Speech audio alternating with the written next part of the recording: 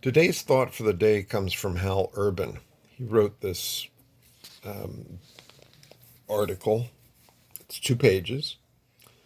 It's a bit longer than some students want to invest in a thought for the day.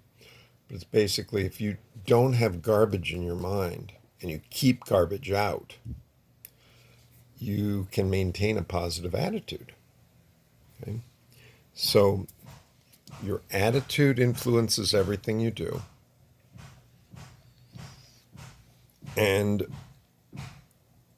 what determines your attitude at any given moment is a question he's saying. Well, where I am, the people I'm around, the weather.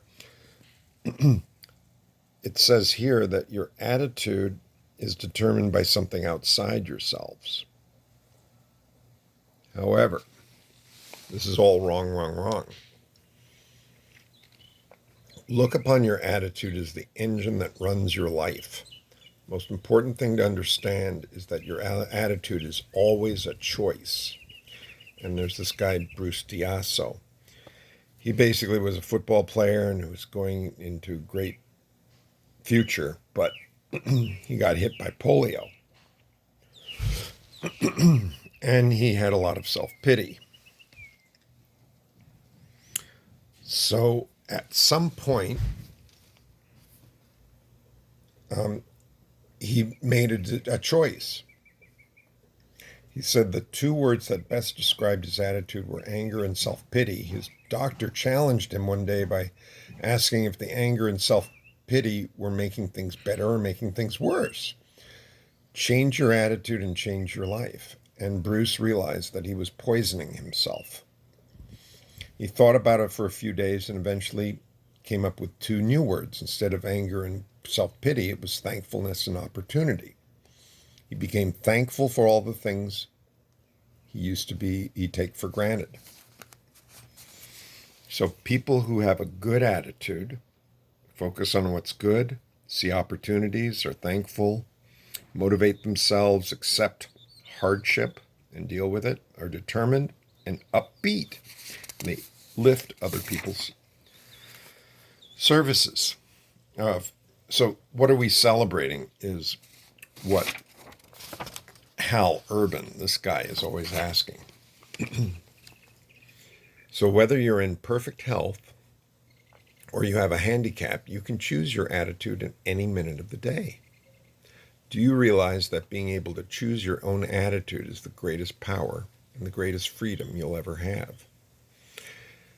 And that was a defining moment for Hal Urban. And Bruce's weak body gave out when he was 31 years old. But we have something called the No Complaints Challenge. Can you go 24 hours without complaining? And one student did it. She said, I just thought of something I should be thankful for every time I started to complain. In other words, she replaced a negative thought with something I can be thankful for. We have a lot more to be thankful for than we do to complain about. So what do we allow into our minds?